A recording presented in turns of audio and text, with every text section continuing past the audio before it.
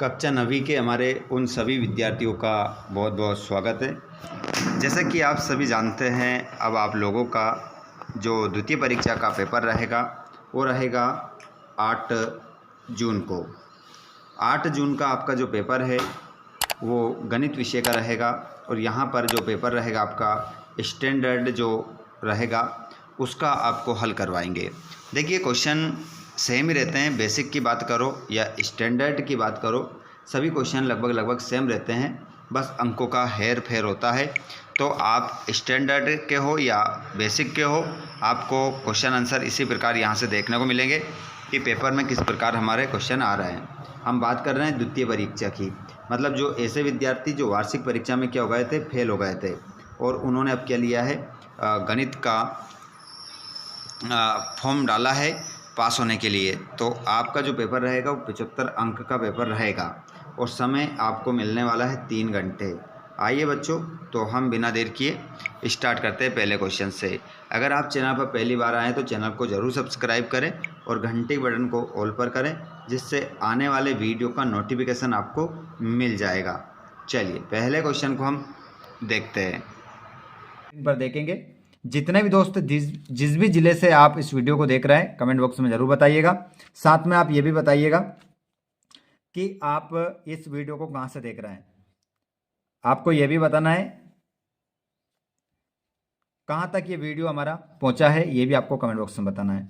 चलिए, तो यहां पर क्वेश्चन देख लेते हैं हम। हिंदी मीडियम और इंग्लिश मीडियम सभी बच्चों के लिए ये बहुत ही महत्वपूर्ण होने वाला है।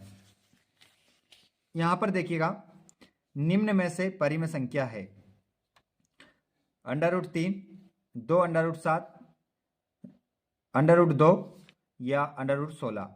तो निम्न में से परिमेय संख्या बताना है, तो यहां पर आपका जो आंसर हो जाएगा वो हो जाएगा √16।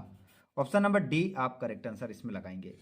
आप भी अपने हाथ में कॉपी और पेन रखिएगा ताकि आप सभी प्रश्नों को नोट कर सको और अच्छे से आंसर उनके लगा सको। चलिए, अगला क्वेश्चन है, 9 की घात 3/2 का मान है 27 होगा, 3 होगा, 9 होगा, 1 होगा। तो इसमें आपका जो उत्तर हो जाएगा बच्चों, वो इसमें उत्तर आप लगाएंगे, वो लगाएंगे 27 इसमें आपका उत्तर हो जाएगा। उसके बाद में तीसरा, x +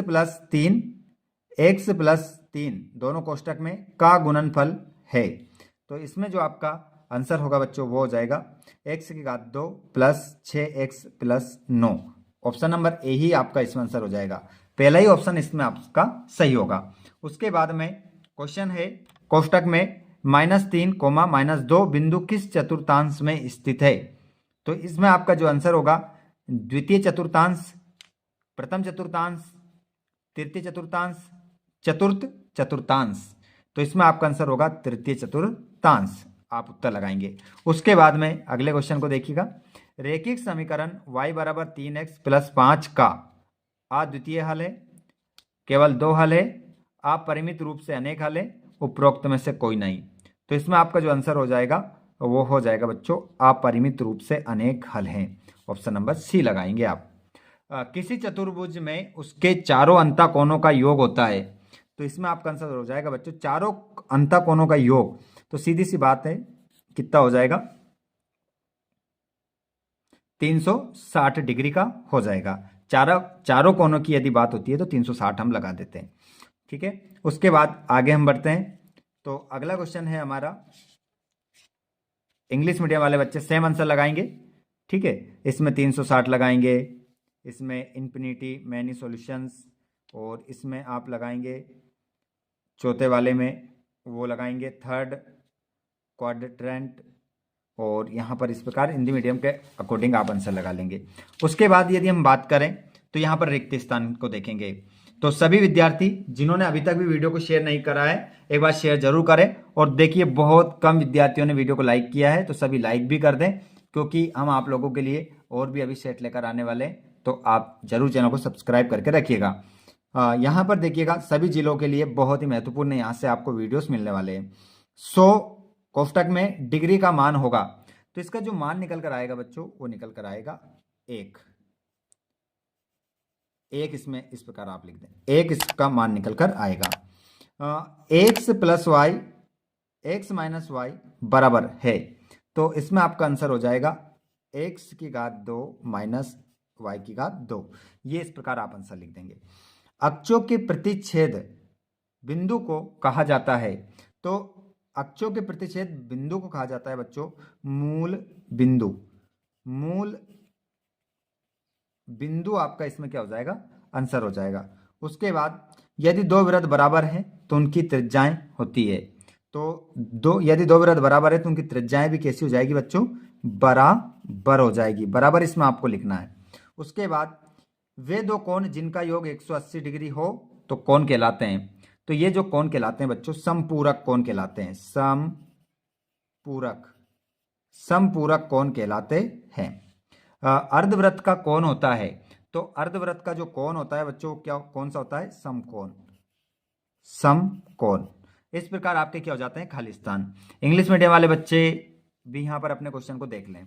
उसके बाद में सत्याफत्य बताना है। चलो सत्याफत्य आपको बता देते हैं। निम्नलिखित के लिए सत्याफत्य लिखिए। एक घात वाले बहुपद को रेखिक बहुपद कहा जाता है। तो पहला वाला आपका सत्य होगा, इसमें आप सत्य लगाएंगे। मूल बिंदु के निर्देशांक कोष्ठक में 0,0 होते हैं, तो बिल्कुल आपका इसमें भी क्या होगा, सत्य हो जाएगा।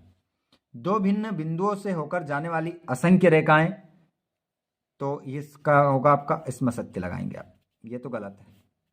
उसके बाद समचतुर्भुज के विकर्ण परस्पर समकोण पर समद्विभाजित करते हैं, तो इसमें आपका आंसर जो क्वेश्चन क्रमांक 4 वाला है इसमें आप लगा लेंगे सत्य, बिल्कुल सही है ये।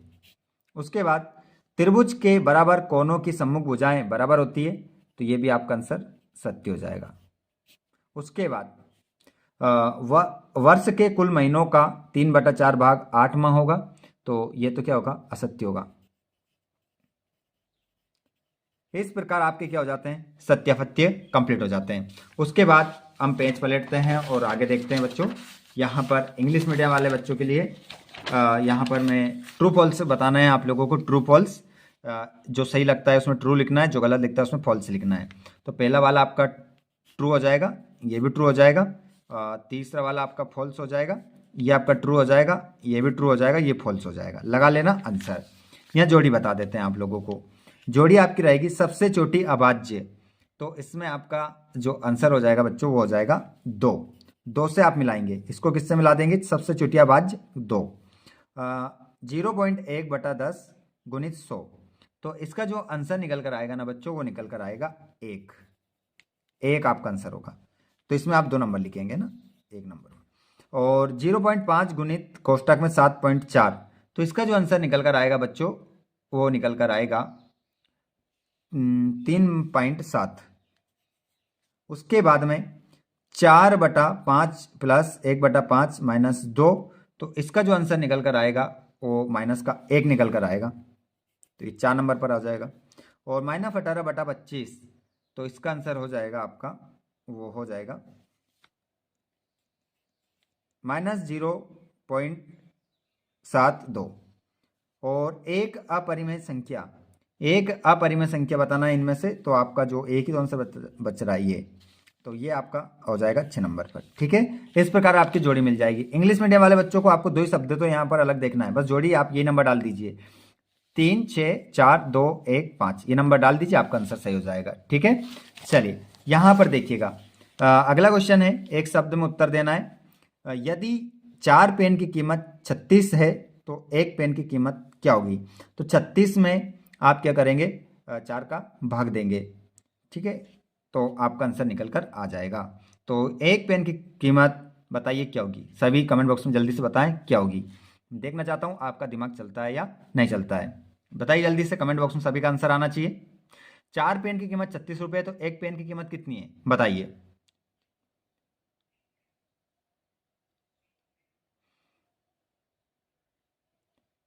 चार नामा की 36, तो 1 पेन की जो कीमत हो जाएगी वो कितने रुपए हो जाएगी, 9 रुपए। तो 9 यहां पर आपको आंसर लिखना है। बिंदु 0,-3 किस अक्ष पर स्थित होगा, तो इसका जो आंसर होगा वो हो जाएगा y अक्ष पर।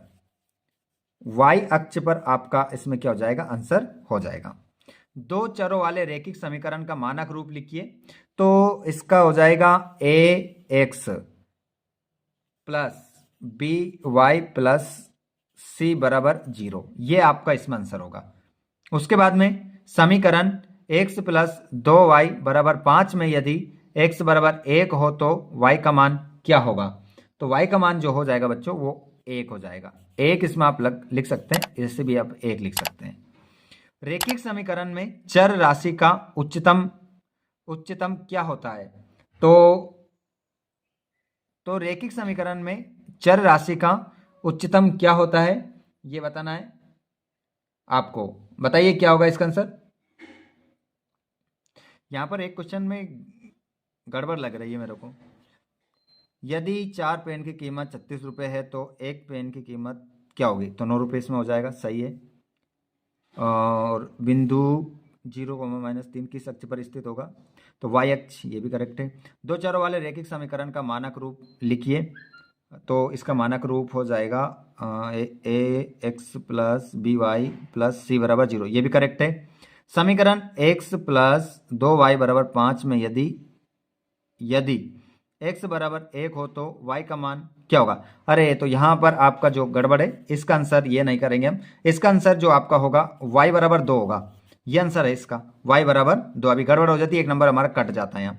और रेखिक समीकरण में चर राशि का उच्चतम क्या होता है? तो यहाँ पर आपका आंसर 1 होता है, इसमें आएगा 1। उसके बाद 75 डिग्री का पूरक कोण लिखिए। तो पूरक 75 डिग्री का पूरक कोण लिखिए। तो यहाँ पर बताइए, इस प्रश्न का जवाब आप मुझे सभी कमेंट बॉक्स में बताएंगे। देखता हूँ कितने विद्यार्थी को इसका आंसर आता है। अगर कमेंट में आपने आंसर नहीं बताया मतलब इसका आंसर किसी को नहीं आता है ना, मतलब आप सभी ने साल भर से मेहनत नहीं की है और बस अब पास होने के चक्कर में यहाँ पर आए हो। मैं जानना चाहता हूँ कितने बच्चे इसका जवाब देते हैं। पूरा कमेंट इसी आंसर से भरा हुआ होना चाहिए। चलिए अब आपको कौन से प्रश्न पढ़ने रहेंगे वो देखिएगा। देखिए इन क्वेश्चनों को जल्दी से लगाओ आप। छठा क्वेश्चन स्क्रीनशॉट लो, इसका सरल कीजिए। 7वां स्क्रीनशॉट लो, 8वां स्क्रीनशॉट लो। इन क्वेश्चनों को फटाफट लगा दो, नहीं तो फिर मत बोलना कि आपने बेसिक स्टैंडर्ड हमें कुछ भी नहीं बताया। पेपर किस प्रकार आने वाला है आपको बता रहे हैं, इसी पैटर्न पर आपका पेपर रहेगा। ये स्टैंडर्ड वाले बच्चों के लिए है और इसी से बेसिक भी बनता है ना। तो ऐसा नहीं करना है, आपको अच्छे से देखना है। ये सभी क्वेश्चनों को स्क्रीनशॉट ले लो फटाफट।